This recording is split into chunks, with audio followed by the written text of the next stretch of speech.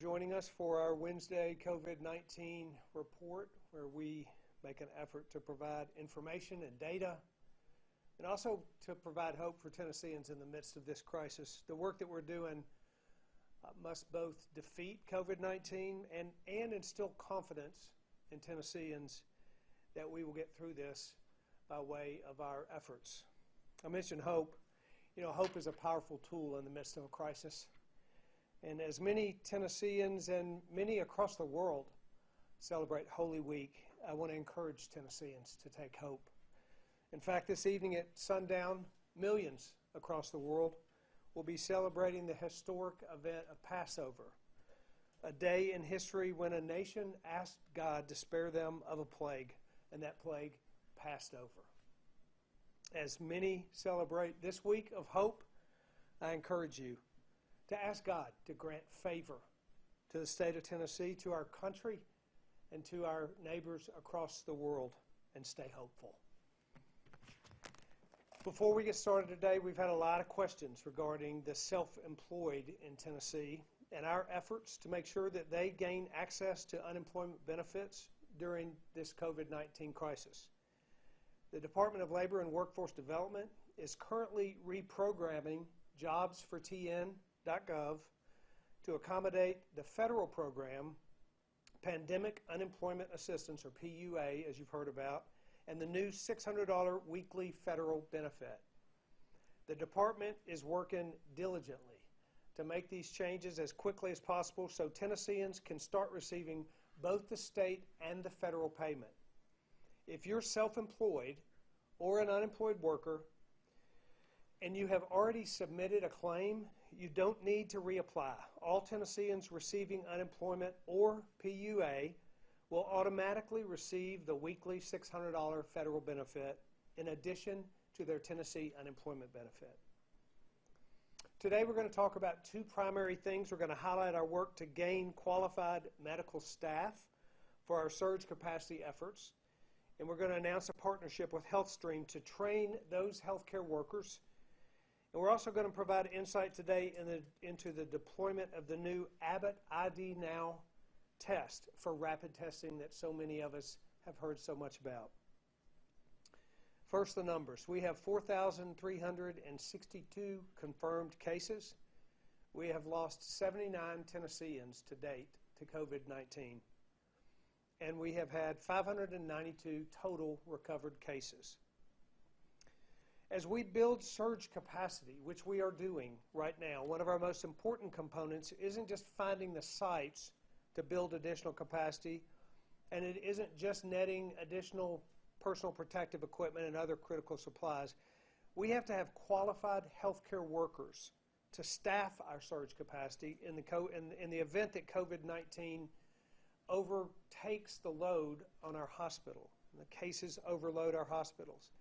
In March, I issued an executive order to help get qualified medical personnel back into the game. This executive order loosens restrictions around retired medical professionals so that these qualified individuals can quickly become part of our staffing efforts in surge planning.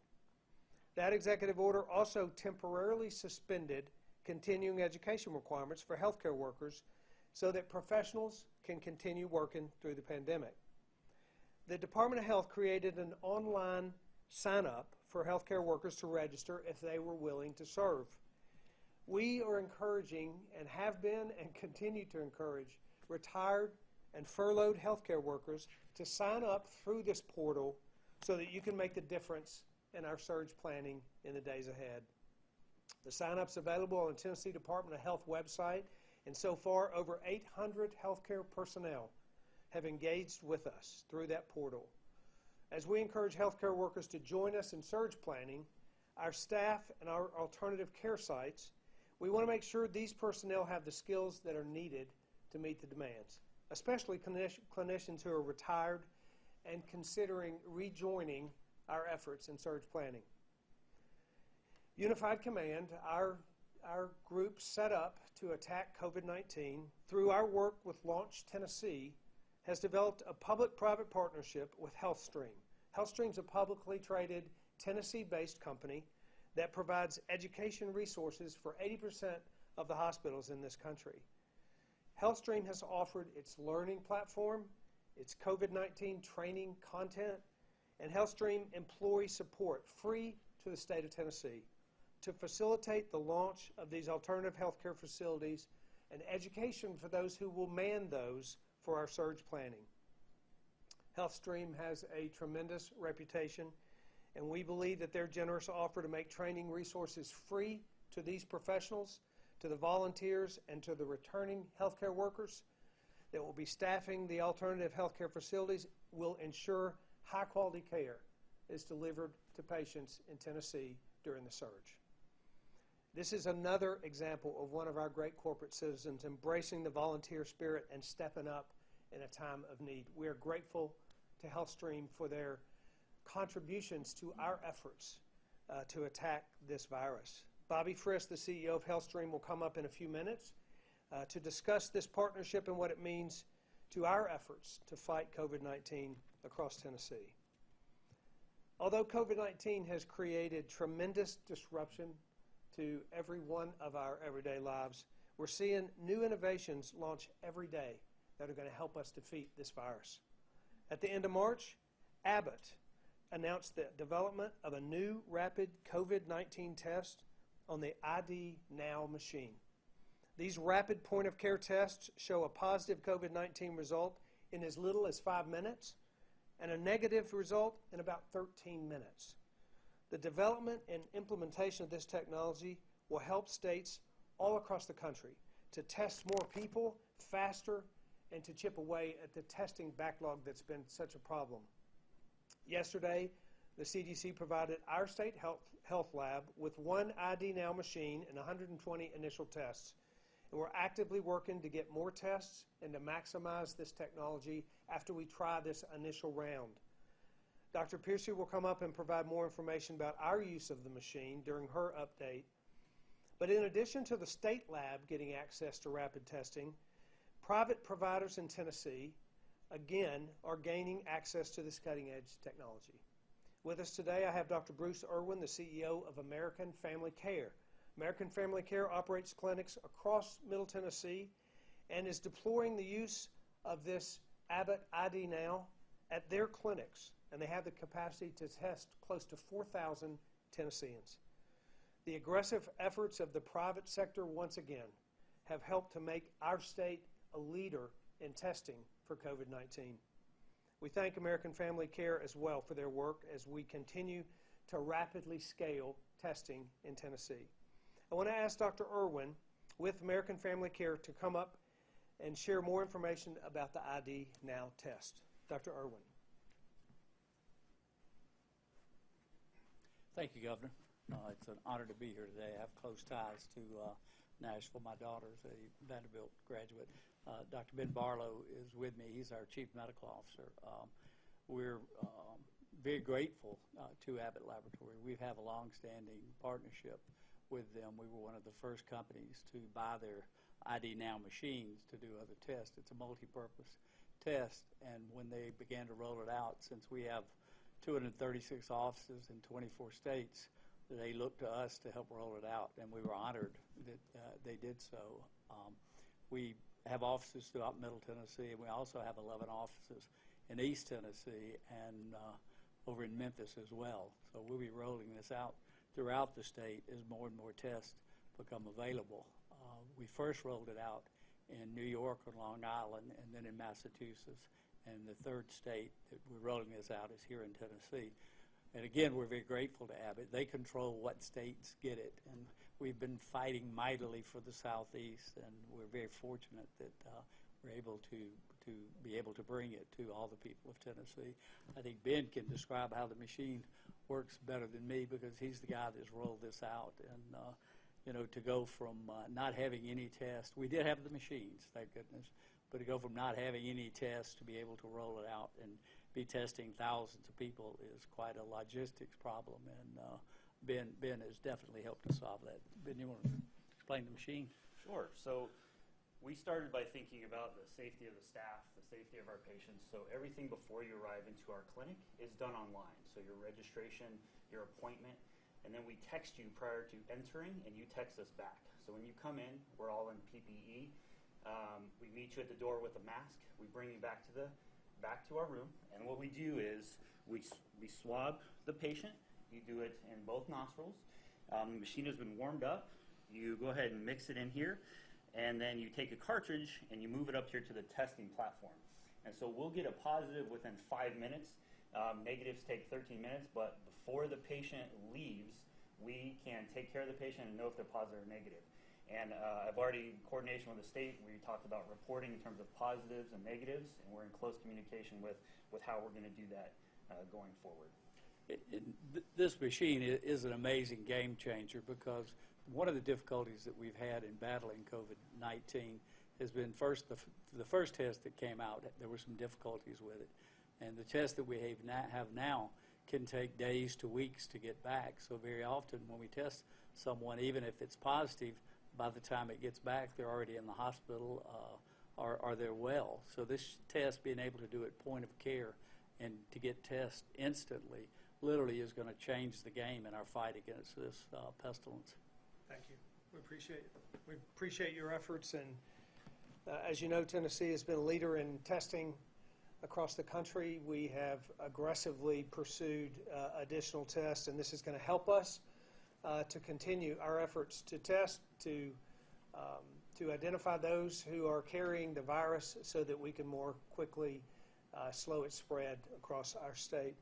I mentioned earlier that HealthStream was going to partner with us and to provide free testing for our oncoming medical staff that will be a part of our surge response in our alternative care centers. And I've asked Bobby Frist, who's the CEO of HealthStream, to come up and share a little more information about that partnership.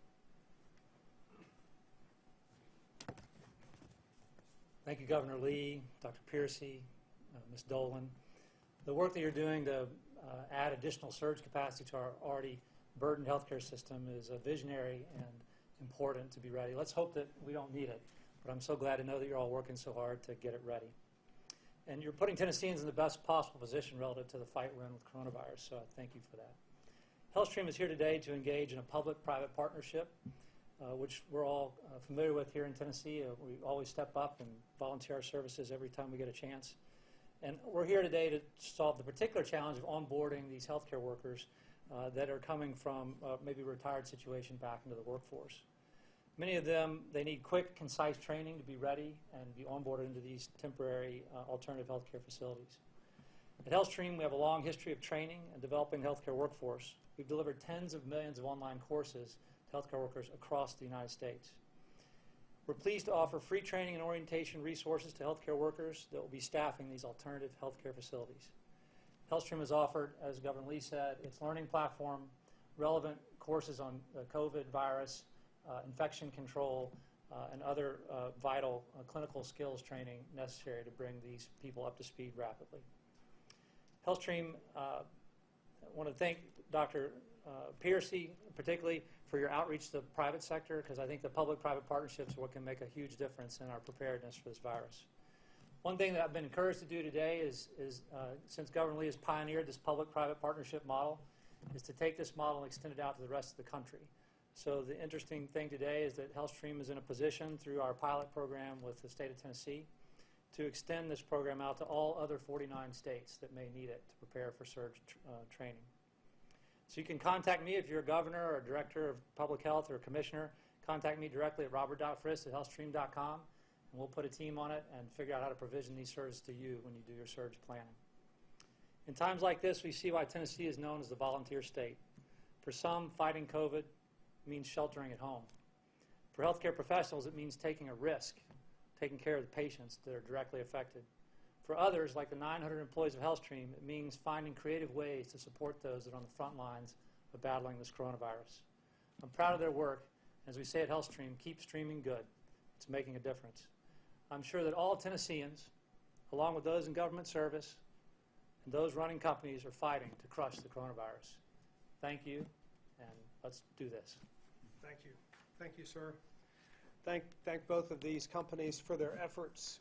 We are continuously encouraged by the efforts of the private sector, the nonprofit sector, and those all across this state, individuals as well who are volunteering, who are donating, who are putting forth a great effort because we have to attack this together, and we are in fact doing that. And I want to just make an additional, I want to offer additional thanks to our healthcare workers. We've talked a lot about the surge and additional workers and training those workers. They are in fact putting themselves in the line of fire in this COVID-19 effort. And we support and encourage and thank the healthcare community for what they are doing in this state. We are going to win this battle, and we are making tremendous strides toward that. We're making tremendous efforts. As we said yesterday, and we'll continue to say, we're very encouraged by what we're seeing. It's all the more reason that we each individually in Tennessee need to stay the course, need to double down, need to make certain that we continue to do everything individually that we can so that all the efforts of everyone coming together will be most effective in attacking COVID-19. I'll ask Dr. Piercy now to come up and share her health update, and then we'll have questions. Thank you, Governor. Before I get started, I want to acknowledge again Mr. Frist and HealthStream for the extraordinary gift they're providing healthcare providers in Tennessee and now nationally. Today's case count is 4,362. The good news is that is the 5th consecutive day with single-digit growth. That means what you're doing is working. Keep it up. Good job. We do have 449 hospitalizations, which is up, but that's what we talked about earlier this week is to be expected. 79 deaths, which is up 7 from yesterday. The good news is we have now done almost 57,000 tests. Talking about testing, we do have a growing capacity. We just heard about the Abbott ID Now platform, and I'll speak just in a moment about how we're using that at the state lab. But the bread and butter of testing is still the traditional, what we call PCR test. Fortunately, we've been able to secure a supply chain on that, and I was able to distribute almost 10,000 swabs to our local health departments today. So we should be catching up with that demand very quickly. As far as the Abbott ID Now, the governor referenced that we got in 120 tests yesterday. We are already starting to use those, but we are saving those because of the limited supply. We're going to be use those for somewhat emergency purposes. So in those traditional tests, those take 4 or 5 hours to batch, and we do a few batches per day. But if a sample comes in that needs to be prioritized, like nursing home, hospitalization, or healthcare professional, we can use that off-cycle in order to turn around quick results. We do anticipate growing capacity in the month of April on that rapid platform and look forward to growing that. Finally, I want to follow up on something we talked about yesterday, which is the new race and ethnicity data on our website. You will see that the positive tests are now broken down by race on our website in a chart that reflects the same methodology that the CDC uses. What's really important to remember when you look at this is that our goal here is to make sure that every Tennessean, regardless of race, zip code, socioeconomic status, or any other category, has equal access to testing. I also want you to realize there are some limitations with that data collection process. The race and ethnicity data that we gather is person to person. That's through contact tracing. By and large, that does not come to us through test results. That comes to us when we talk to patients. And so you will see that the largest percentage on our website is pending or unknown. Some of that is a data lag, and we'll be entering that over the next few days. Some of it, we either haven't been able to contact the person because we just can't reach them, or there are, in some instances, people don't want to give us that data. So there will always be a percentage of unknown or pending, but we do know that the race data that we have is helpful to us to making sure we have across-the-board access for every Tennessean. I'll stand by for questions if you have any. Thank you. Thanks again, Dr. Irwin, for being here with American Family Care. He'll be available for questions. Bobby Frist with HealthStream will also be available. Our Unified Command Group is here, Dr. Piercy and others, so we will be happy to open the lines up for questions. Thank you, Governor. Well, first we'll go to Brett Kelvin with the Tennessean. Brett, your line is open. Hi, everyone. Thank you for the updates. This question is actually for the officials from American Family Care. I see that you guys have 20 locations in Tennessee. Do you have 20 Abbott ID tests and are able to put a machine at every location? Or are you going to have locations where this test isn't available? So we've started our Spring Hill location in Nashville, and we have started testing there, and then we're going to spread out to the rest of the state. And we have a timeline for training and implementation that we're doing currently. Oh, so we have about 10 machines at each clinic. But just the Nashville Spring Hill clinic right now. There are 10 ID Now machines at the Spring Hill Clinic right now being used. And the other clinics. Yep. And all clinics around Nashville, they are starting today, and we're taking appointments, and we're seeing patients at those clinics also. Thank you. Yeah. Next, we'll go to Jonathan Mattice with the Associated Press. Jonathan, your line is open. Hey, Governor. I had a question. Today, I guess, Trousdale Medical Center has suspended the vast majority of its services because there were some positive tests there, except I think ER services. I wanted to see, this might be for Dr. Piercy, how many folks, staff, and patients have tested positive, who is being tested there, and sort of what the outlook is at that facility. Do you have information? Have there been reporting yet? Hey, Jonathan, that's the first I've heard of an outbreak at Trousdale, and I'll take that as an item for follow-up, and we'll be sure to support them in their efforts there. Thank you. Next, we'll go to Andy Scher with the Times Free Press. Andy, your line is open. Yeah, I guess getting back to Dr. Irvin, is where are your centers located in East Tennessee, and do you have any in the Chattanooga area, and when do you think those might be online? Yes, we have four You'll have to step up here if you don't mind. That's all right. We have 4 clinics in Chattanooga, and we have an additional 4 in Knoxville. And they should be online in the next 10 days, week to 10 days, as we can move the machines around the country and get them all in the places where we have the test.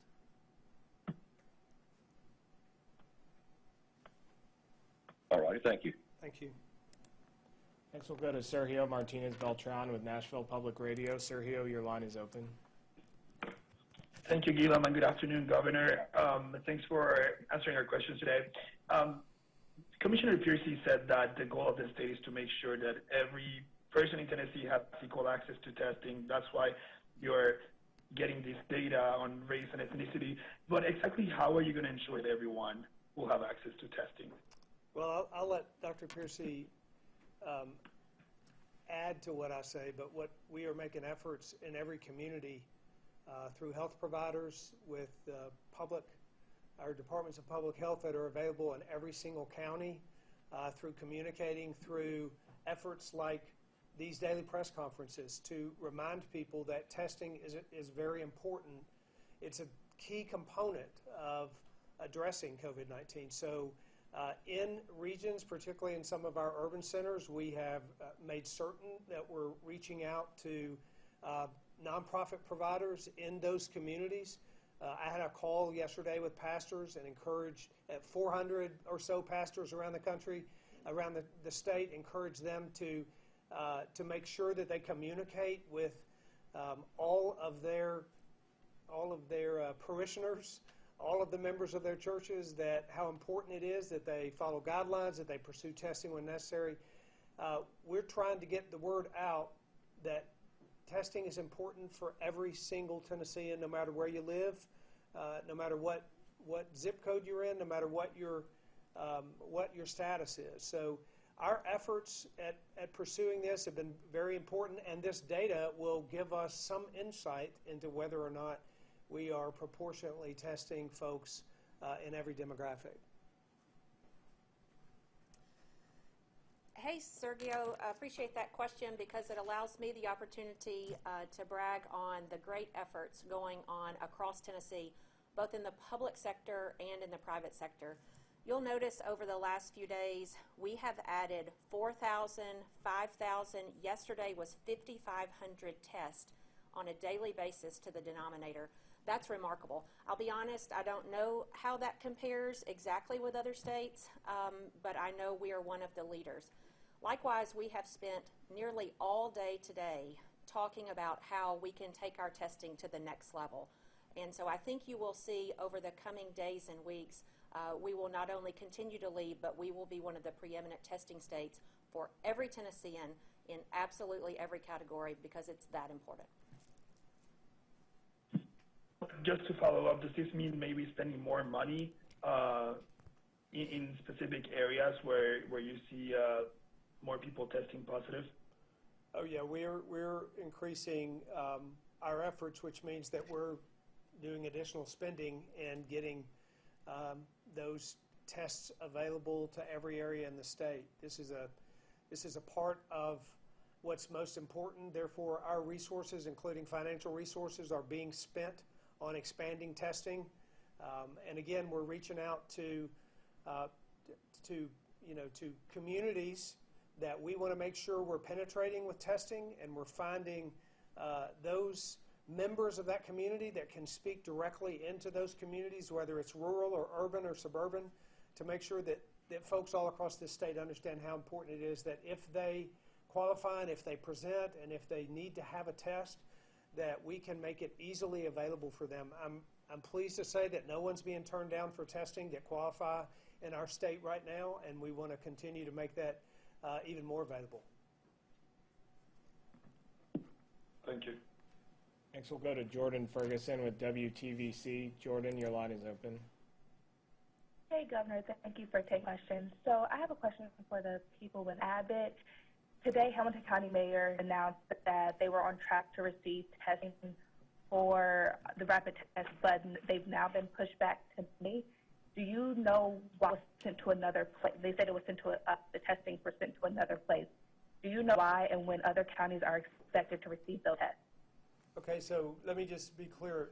The folks with us today are from American Family Care, and that's a company that has received from Abbott these tests and these machines, and they're they're distributing those tests through their clinics across the state. So, could you clarify your question about the receipt of those tests and for our state?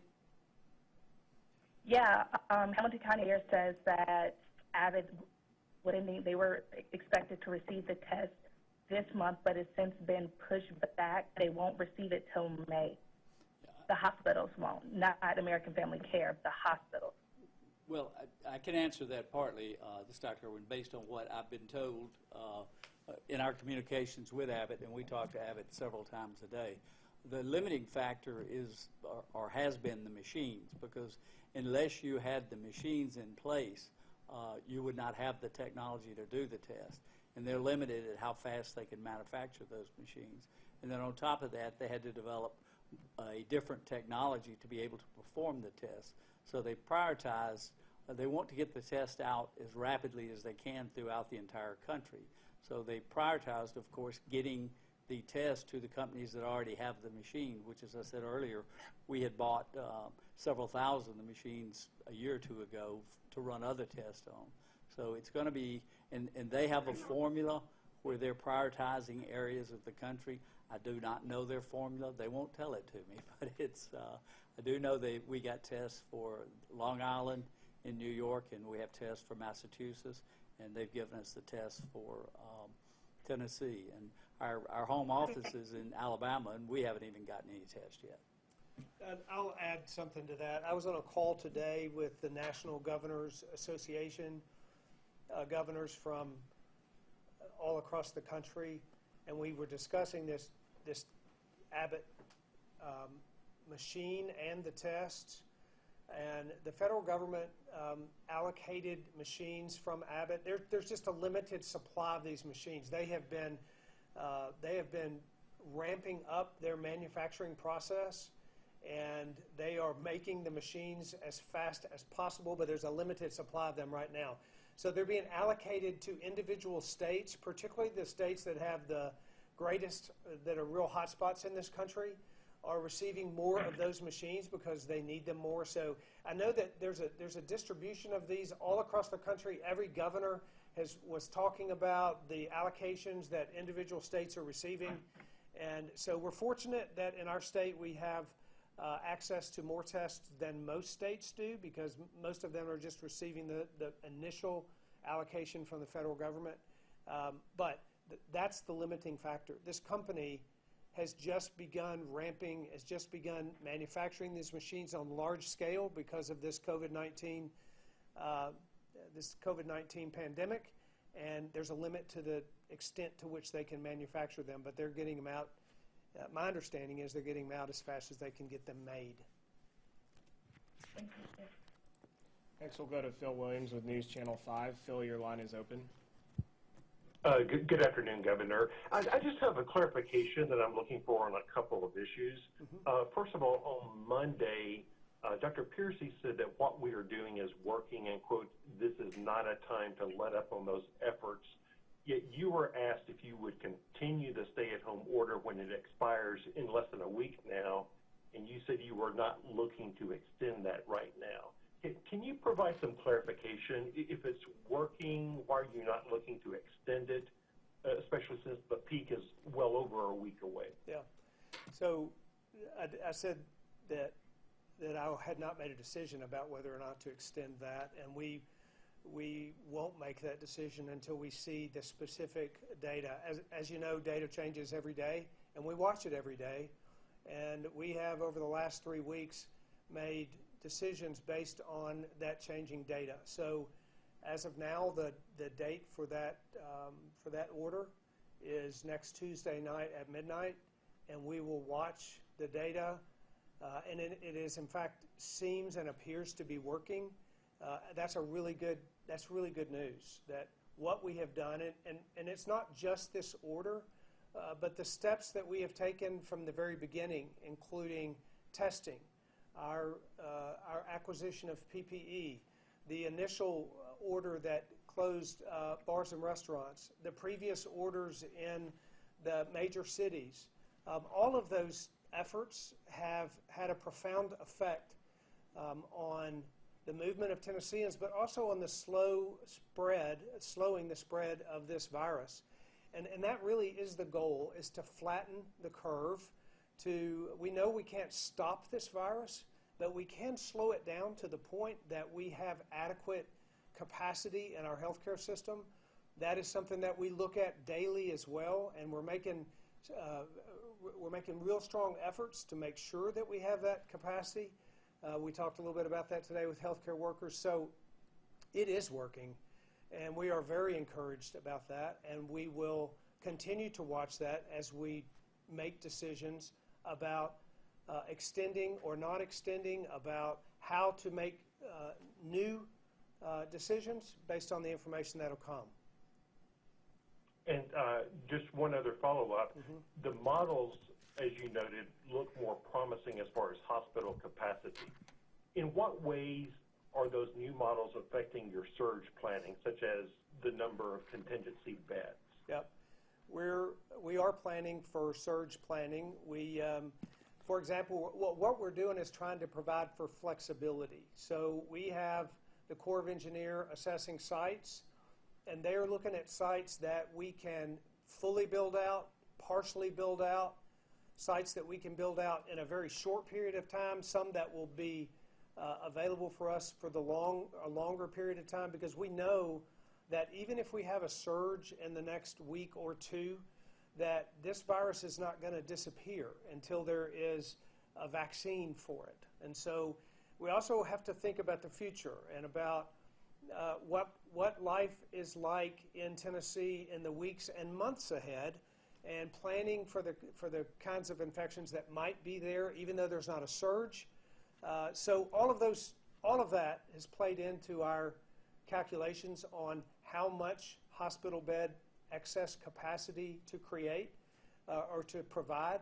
And we are going to provide excess hospital bed capacity. We're just trying to make determinations right now on how much of that capacity based on the models that we're getting. And those models are changing. We use a multiple, we look at multiple models to make those decisions, and that's an ongoing thing every single day. So you may not build out as many beds as you had initially expected to? That's right. We initially talked about building out 1,600 beds, and we're talking to healthcare providers every day, including yesterday and today, particularly, I'm talking about Nashville, for example. We're talking to healthcare providers today about what they believe. We're still moving forward with our plan, but we're talking with them today about what we think their capacity is actually going to be like in the surge. And so what we're working to do is, while we're planned for a facility that will hold 1,600 beds, we may not build all of it out on the very first go round. So we're evaluating that every day, trying to make sure that we don't improperly develop surge capacity. But we also know that we need to have surge capacity. We want to be safe. We want to be certain that we have it, even if the models are not showing that we need it. We know that models have changed, a lot in the last several weeks, and so we're going to plan for a surge. Next, we'll go to Caressa Jackman with WSMV. Caressa, your line is open. Yes, good afternoon, everyone. My question is both for the Department of Health as well as Governor Lee. The CDC announced today that African Americans make up a third of people hospitalized with the coronavirus, but only 12% of the U.S. population, and they're more likely to have severe cases due to higher rates of diabetes, asthma, hypertension, things like that. I would like to know what the state do. What is the breakdown of race? I know that it's online, but if we can announce it so that people can hear it ourselves. And then number two, what would you like to ensure the African American population that we've got your back? You don't have to be worried about going to the doctor. You don't have to be worried about not getting the treatment that you deserve. What message would you like to send? Thank you for that question. On our website today, you will notice that of the cases that we know about, or of the positive cases, 26% are white, 7% are African American, 2.5% are in the other category, 0.5% Asian, and 63% pending or unknown. I referenced that earlier of why that is, and we'll have better data as the days go on. But to your second question about higher hospitalization rates, you're exactly right. People with underlying conditions, particularly diabetes and hypertension, do have a harder time with this virus. They are more likely to be hospitalized, and they have poorer outcomes than people that don't have those chronic conditions. Unfortunately, Tennesseans have higher rates of diabetes and hypertension, and our African American Tennesseans have a higher than average rate even in Tennessee. So the most important thing that folks can do, not only take care of your own health conditions, follow your doctor's instructions, take your medication, all of those good practices, but if you believe you're ill or you have been exposed, get tested, because the earlier you can get tested, the earlier you can get treated, and that's going to improve all outcomes. Next, we'll go to Alex Apple with Fox 17. Alex, your line is open. Hi, Governor. There's a Tennessee company with more than 1 million antibody tests that could tell if someone's been infected by the virus. It also shows that they've potentially developed some immunity. So with those tests, you might be able to get people back to work and get the economy going even without a vaccine. If they have 1 million of these, and they've told me that they want Tennessee to lead on this and take care of this testing, they want to give them to Tennessee first and foremost. Are you willing to let Tennessee kind of be the leader on getting that testing widespread, and do you view that as a way to open up the economy pre-vaccine? Thanks, Alex. I'll let Dr. Piercy talk specifically about the antibody testing, except that we know that will be a very important component going forward. Knowing who has had the virus by testing antibodies will give us a lot of information about how it is that people can move around knowing whether or not they've had the test. You might comment about the million tests. Hey, Alex, we've been talking a lot about antibody testing today, too, in our overall testing scheme. So right now, there is only one antibody test that has been approved by the FDA. That has just been in the last few days, and that test is not yet on the market in production. I do anticipate that coming hopefully in the next week or two, but with all of our supply chain issues, it might be a little bit longer than that. I am aware of a couple of additional antibody tests by Mayo Clinic and CDC that are in development, but as far as these in Tennessee, all that stands between us and them is FDA approval. So we encourage any Tennessee company that has the capability to pursue the FDA process so we can use those here in Tennessee. And this will absolutely change the testing game. Most of these antibody tests are finger sticks. Some of them are blood draw, but they have results pretty quickly, usually in 15 minutes on the spot. And you're exactly right. It does help us know which ones have more likely to be immune to the virus and can move about freely. Do you know how long the FDA approval might take, Dr. Piercy? They have issued what's called an EUA, Emergency Use Authorization, and they have significantly sped up that process, and I believe there's actually even a 15-day window where after some initial vetting, you can actually go ahead and start using that product even while you're waiting on full approval.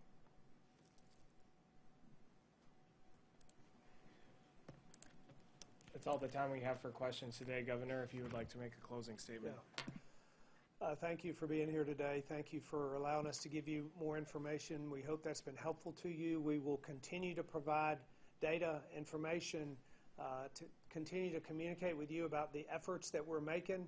We're, again, proud of our private sector companies that have stepped up to help us. We are grateful for the many companies that have come together, but we're mostly grateful for every one of you who are doing what it takes to make this happen.